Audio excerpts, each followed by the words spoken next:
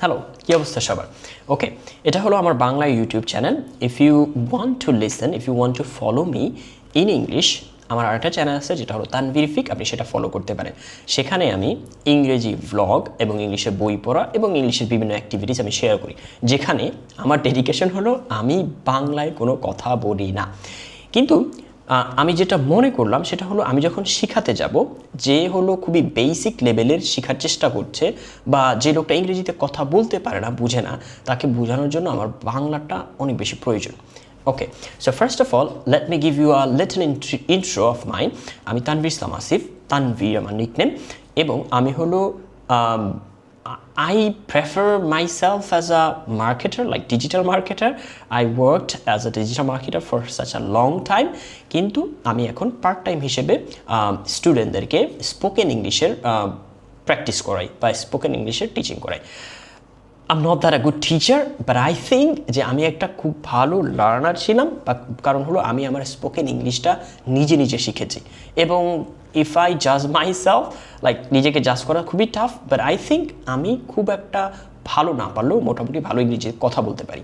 ওকে, so আমি আজকে এই ভিডিওটা বানানোর উদ্দেশ্য হলো আপনাদেরকে কিছু গাইডলাইন্স দেওয়া, যেটা আমি ফেস করছি, যেই প্রবলেমগুলো আমি ফেস করছি, এবং যেই প্রবলেমগুলো আপনি যদি ওভারকাম করতে পারেন, আপনার ইংরেজিতে কথা বলাটা অনেক ইজি হয়ে যাবে।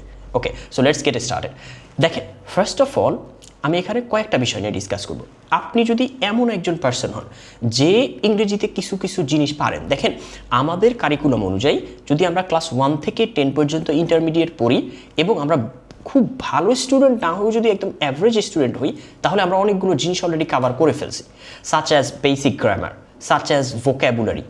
অনেকগুলো ভোক্যাবুলারি আমাদের কভার হয়ে গেছে, যেগুলো আমরা রিয়েল লাইফে কিছু কিছু কনভারসেশন করতে পারি, খুব বেশি অসুবিধা হবে না, তাই না?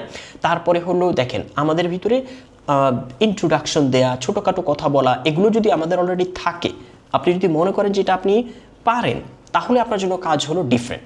আপনি কি করতে পারেন? আপনি শুধুমাত্র এই দুইটা কাজ করতে পারেন, listen then speak.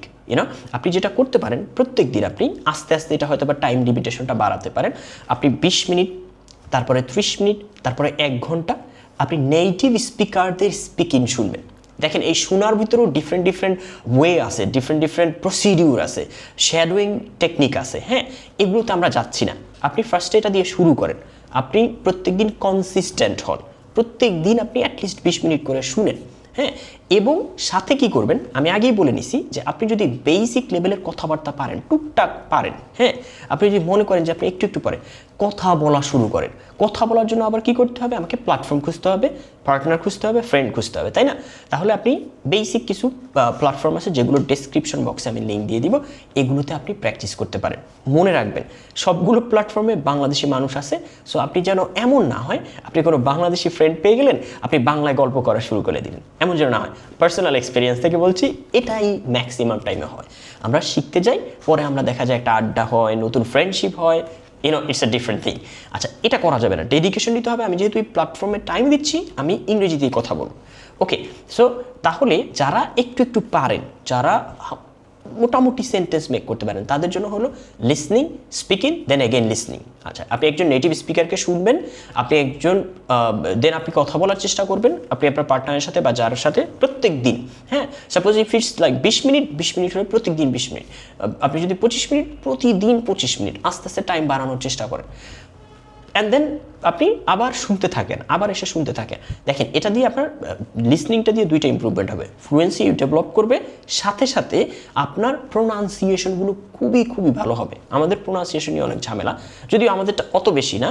I mean if I compare to the, দেখেন আমাদের ভারতীয় যেই ভাইরা আছে, তাদের অ্যাকসেন্টটা হলো ডিফারেন্ট, সো তাদের হলো ডেভেলপ করাটা অনেক একটু কষ্ট বেশি তুলনামূলক আমাদের। নো ডিসরেসপেক্ট, আই মিন আমার যেটা মনে হচ্ছে। সো সবাই পারে, আমি I have lot of Indian friends, they are quite good with the pronunciation, with the accent and everything. So হয়তো বা তাদের একটু বেশি কি বলে হার্ডওয়ার্ক করতে হয়, আমাদের হয়তো বা একটু কম হার্ডওয়ার্ক করতে হয়, বাট আমাদের আই মিন আলটিমেটলি হার্ডওয়ার্ক করতে হয়, রাইট? সো আমার মনে হচ্ছে যে আপনি যখন ওই লিসেনিংটা করবেন, নেটিভ স্পিকারদের শুনবেন, আপনার ফ্লুয়েন্সিটা বেটার হবে, সাথে সাথে আপনার প্রোনাউন্সিয়েশনটা অনেক বেশি বেটার হবে। ওকে, সো আমাদেরকে এই জিনিসটা করতে হবে। আর ফার্স্ট অফ অল যখন আপনি প্রথমত শুনতে যাবেন, আপনার কাছে বোরিং লাগবে, আপনার কাছে মনে হবে বুঝছেন না, so lot of problem you may face, right? But like just chill থাকেন, জাস্ট কুল থাকেন, আপনি না বুঝলেও শুনেন, বুঝলেও শুনেন। একটা সময়, একটা সার্টেন সময় এসে দেখবেন যে আপনি এটার সাথে ইউজ টু হয়ে গেছেন, আপনি শুনতে পাচ্ছেন।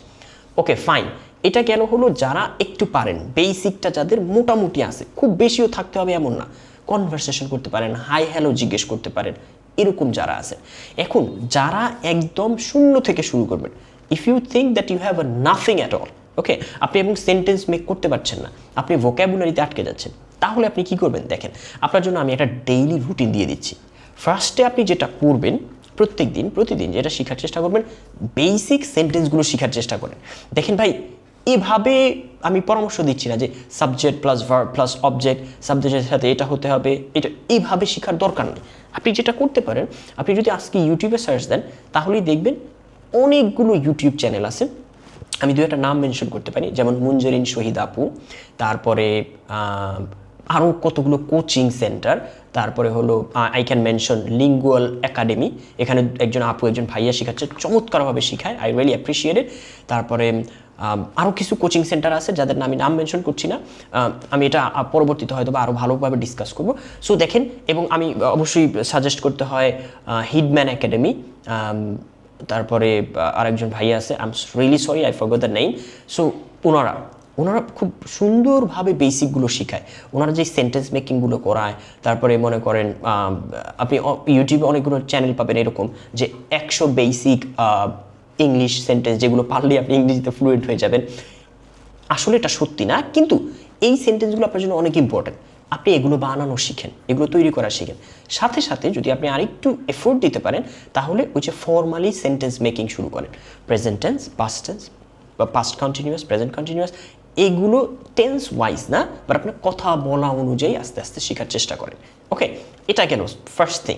সেকেন্ড থিং, আপনি কী করবেন? আপনার যদি ভোক্যাবুলারির সমস্যা হয়, আপনি ভোক্যাবুলারির জন্য কি করতে পারেন? ভোক্যাবুলারির জন্য প্রচুর লিস্ট আছে, বেসিক ভোক্যাবুলারি, যেমন প্রেপলি থেকে কয়েকটা লিস্ট আছে, আমি ডেসক্রিপশন বক্সে দিয়ে দিব। আপনি এই ভোক্যাবুলারিগুলো আস্তে আস্তে শেখার চেষ্টা করতে পারেন। কিন্তু ভোক্যাবুলারি শেখার একটা ওয়ে আছে। ভোক্যাবুলারি আপনি হলো জাস্ট মুখস্থ করলেন, কোনোভাবেই আপনি এটা হবে না, এটা রিয়েল লাইফে ইউজ করতে পারেন না। আপনি ভোক্যাবুলারি শিখবেন, সাথে সাথে সেন্টেন্স মেক করবেন। ভোক্যাবুলারি শিখবেন, এই ভোক্যাবুলারিগুলো দিয়ে ওই দিনের ভিতরে কথা বলার চেষ্টা করবেন, ওই দিনের কনভারসেশনে ইউজ করার চেষ্টা করবেন। দেখেন, it's really tough at the beginning, but আপনি যতটুকু পারেন করে যাবেন। পার ডে 10 ভোক্যাবুলারি শিখলেন, 20 ভোক্যাবুলারি শিখলেন, এগুলো ইউজ করার চেষ্টা করবেন। If you have no friend, আপনি জাস্ট এগুলো ফেসবুকে নিজের ইনবক্সে নতুন নতুন সেন্টেন্স মেক করে সেন্ড করেন, that's a good idea. Okay, তাহলে আপনি কি করলেন? একটা দিনে আপনি শুনলেন, আপনি সাথে সাথে হলো আপনি এখানে সেন্টেন্স মেক করলেন, আপনি এখানে যেটা করতেছেন সেটা হলো ভোক্যাবুলারি শিখছেন। থার্ড যেটা, আমরা ওই যে যারা অল্প পারে তাদেরকে ওই সাজেশনটা দিয়েছি, তাদের সাথে সাথে আপনারা শুনবেন। Listening is mandatory, listening is important, because আপনি আপনার সামনের পার্সনটাকে যদি নাই বুঝলেন, how can you reply him, right? So আপনাকে রিপ্লাই দেওয়ার জন্য শুনতে হবে। আর এটা মূল রিজন না, শুনলে আপনার ভিতরে একটা মাসেল মেমোরি তৈরি হয়। এটা গ্রামাটিক্যাল ইমপ্রুভমেন্ট হতে পারে, এটা লিসনিং ইমপ্রুভমেন্ট হতে পারে, এটা আপনার প্রোনাউন্সিয়েশনকে আরও বেশি ভালো করে দিতে পারে। সো আমাদেরকে কি করতে হবে? দেখেন, প্রথমত সেন্টেন্স মেক করতে হবে, আমরা যদি বেসিক সেন্টেন্স না পারি এটা চেষ্টা করতে হবে। সেকেন্ড থিং, আমাদেরকে যেটা করতে হবে সেটা হলো শুনতে হবে অনেক বেশি বেশি। এবং আমাদের সাথে থার্ড থিং যেটা করতে হবে, যতটুকু আমার আছে, আপনার যতটুকু রিসোর্সেস আছে, যতটুকুই আপনি পারেন, এই জিনিসগুলো দিয়েই কথা বলার চেষ্টা করতে হবে, এই জিনিসগুলো দিয়েই আমাদের কনভারসেশন মেক করার চেষ্টা করতে হবে। দেখেন, আপনি যদি কনভারসেশন মেক করার চেষ্টা না করেন, আপনি যা কিছুই শিখেন না কেন, আলটিমেটলি আপনি স্পিকিংয়ে যেয়ে আটকে যাবেন, আপনার কনফিডেন্ট লো হয়ে যাবে, আপনি কথা বলার সময় জড়তা চলে আসবে। কথা বলাটা ইজ রিয়েলি ইম্পর্টেন্ট, রাইট? এটা খুব বড় একটা স্কিল। সো আপনাকে এটা প্র্যাকটিস করতে হবে সাথে সাথে। তাহলে আমরা দেখেন, র্যাপ আপ যদি করি, 3টা জিনিস আমরা করব। ফার্স্ট অফ অল আমরা শুনবো, আমরা যদি বেসিক সেন্টেন্স মেক করতে না পারি, আমরা সেটা শিখবো। সাথে প্রত্যেকদিন আপনি 20 মিনিট করে প্রত্যেকটা সেকশনে টাইম দেন, এবং এটা আপনার জন্য এনাফ আই থিঙ্ক। আর যদি পরে আরও বেশি পারেন আপনি আরও বেশি করেন, দেন আপনি হলো বেসিক সেন্টেন্স মেকিং শুরু করবেন।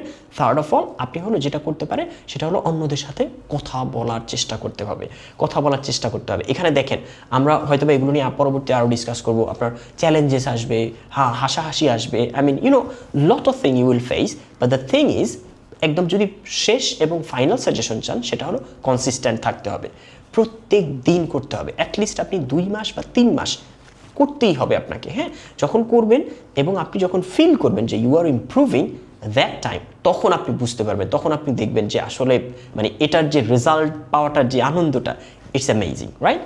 ওকে guys, thank you very much for watching. আজকের জন্য এতটুকুই। আমরা নতুন নতুন টিপস অ্যান্ড ট্রিক্স নিয়ে পরবর্তী ভিডিওতে চলে আসবো।